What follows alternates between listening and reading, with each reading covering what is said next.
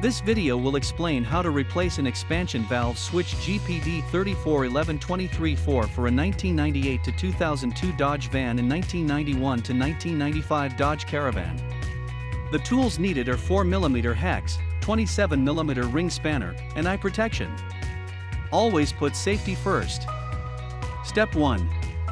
Remove old expansion valve from evaporator, carefully removing electrical connectors. Step 2.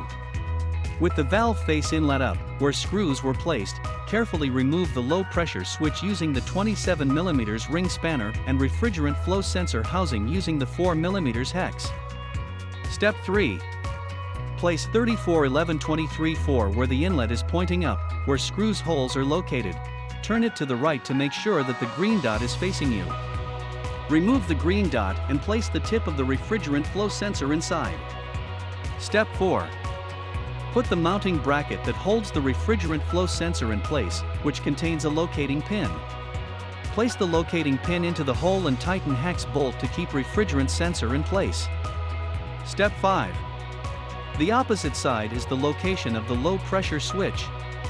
Screw this into the expansion valve and tighten with the 27mm ring spanner.